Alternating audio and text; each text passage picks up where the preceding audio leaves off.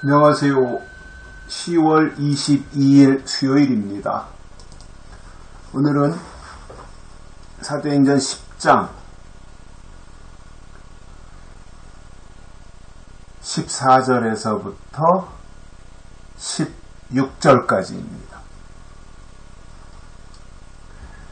베드로가 가로되 주여 그럴 수 없나이다. 속되고 깨끗지 아니한 물건을 내가 언제든지 먹지 아니하였삼나이다 한데 또 두 번째 소리 있으되 하나님께서 깨끗게 하신 것을 네가 속되다 하지 말라 하더라. 이런 일이 3번 있은 후 그 그릇이 곧 하늘로 올리워 가니라. 아멘.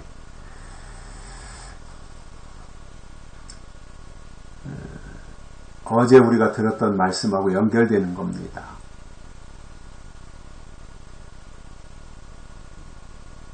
그 땅에 있는 각색 4발 가진 짐승, 기어다니는 것, 공중에 날아다니는 것들을 먹으라. 이렇게 이제 베드로한테 하늘에서 소리가 난 거죠. 꿈속에 비몽사몽한 가운데 있을 때에. 그러니까 그거에 대한 베드로의 반응이 오늘 말씀이에요.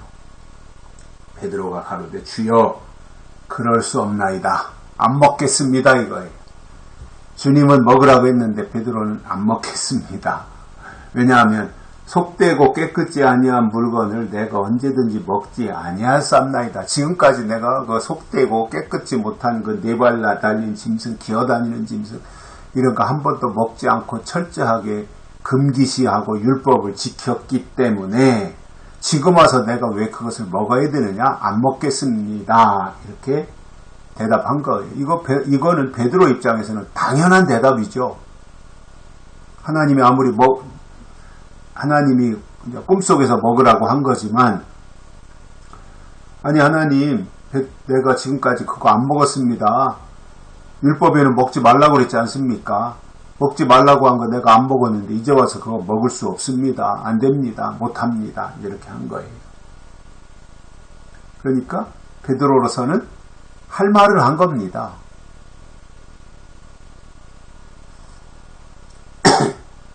그랬더니 다시 하늘에서 소리가 났습니다. 이번에는 어떤 소리가 났느냐? 하나님께서 깨끗게 하신 것을 네가 속되다 하지 말라 이러신 거예요. 하나님이 깨끗하다, 너 먹어도 된다 이렇게 말씀하신 것을 왜 네가 속되다 하느냐? 왜 부정하다 하느냐? 그러지 말아라 이거예요. 다시 말하면 뭐예요? 법이 바뀌었다 이거잖아요. 율법에서는 먹지 말라고 했지만 이제 먹으라고 하는 것은 법이 바뀌었고 시대가 바뀌었다는 거잖아요. 그리고 하나님이 먹으라고 하시잖아요. 그러면 먹어도 되는 거예요. 부정한 게 아닌 거예요. 어제도 말씀드렸지만 이게 뭐냐면 이제 구약의 선민, 유대인이라고 하는 선민들을 통해서 일하시던 그 시대는 끝났고 이제 이방인들을 통해서 일하시는 시대가 열렸다라고 하는 것을 베드로에게 하나님이 이러한 것을 통해서 알려주시는 거죠. 시대가 바뀌었다. 세상이 바뀌었다. 새로운 세상이 열렸다. 법이 바뀌었다. 기준이 바뀌었다. 이 말씀을 하신 거예요. 그래도 선뜻 그런 것을 받아들이기가 쉽지 않잖아요. 내가 지금까지 금기시해왔던 것들을 한순간에 다 뒤집어서 바꾼다고 하는 게 쉽지 않잖아요.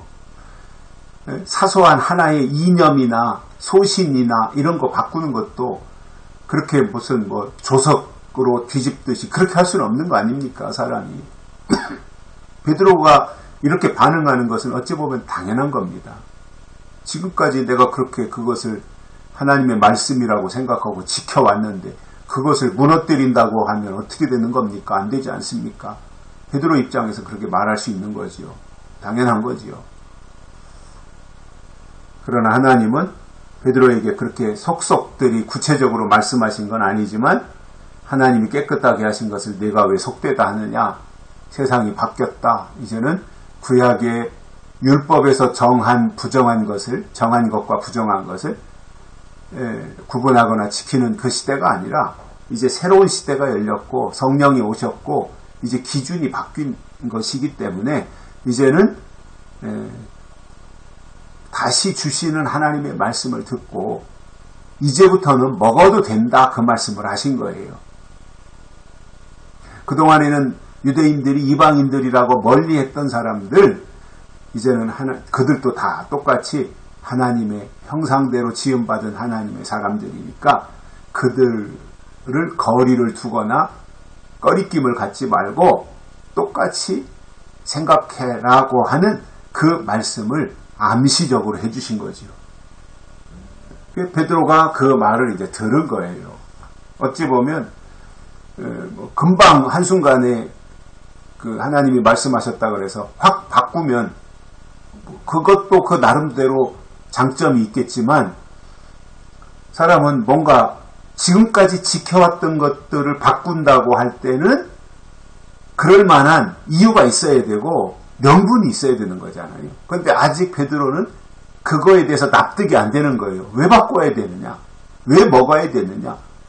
명분이 없는 거죠. 다만 하나님이 그렇게 이제 말씀을 하신 거예요. 그러니까 하나님 입장에서는 내가 먹으라고 했으니까 먹어도 돼 이거잖아요. 그러니까 믿음이 뭐냐면 하나님이 기뻐하시는 것을 나도 기뻐하는 거예요. 하나님이 싫어하는 것을 나도 싫어하는 거예요.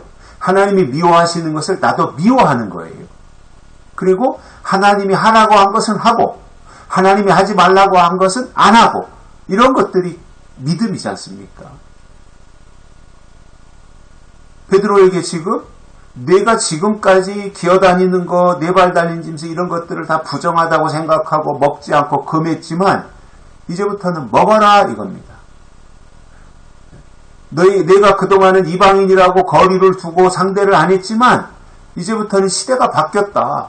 이제 구약의 유대인들을 통해서 이스라엘을 통해서 일하시던 하나님이 이제는 이방인 시대가 열려서 이방인들을 통해서 하나님이 일하시는 시대가 바뀌었으니까 너도 생각을 바꿔라 이렇게 말씀하신 거예요.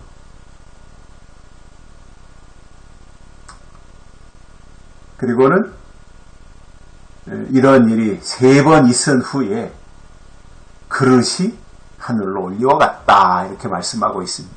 그러니까 베드로를 설득시키느라고 이제 3번씩이나 그렇게 말씀을 하신 거지요. 베드로는 믿음의 사람이니까 굳이 하나님이 그렇게까지 말씀하시는데 우기거나 거절할 필요가 없는 거죠. 어느 순간에 가서 받아들이는 거죠. 그게 당연한 거 아니겠어요? 하나님이 그렇게 하라고 하시면. 내가 납득이 안 가고 이해가 안 가더라도 하나님이 하라고 한 것은 하는 거지요. 그게 당연한 거 아니겠어요? 우리가 일반적으로 생각하더라도 그렇고 베드로 입장으로 돌아가서도 그렇고 지금 현실에서 우리가 살아가는 데 있어서도 뭔가 하나님이 내가 지금까지 이것은 하나님의 뜻이 아니다 라고 생각했지만 어느 날 하나님이 그것도 내 뜻이니까 그렇게 이해하고 받아들여라고 하면 받아들이는 거지요. 하나님이 어련히 알아서 내 생각보다 앞서가시는 하나님이신데 그런 것들을 다 아시고 계획 가운데서 진행하신 일이기 때문에 우리의 입장에서는 아멘 하고 받아들이면 그때부터 하나님이 그를 통해서 새로운 일을 이루어 가실 것입니다. 여기까지 하겠습니다. 고맙습니다.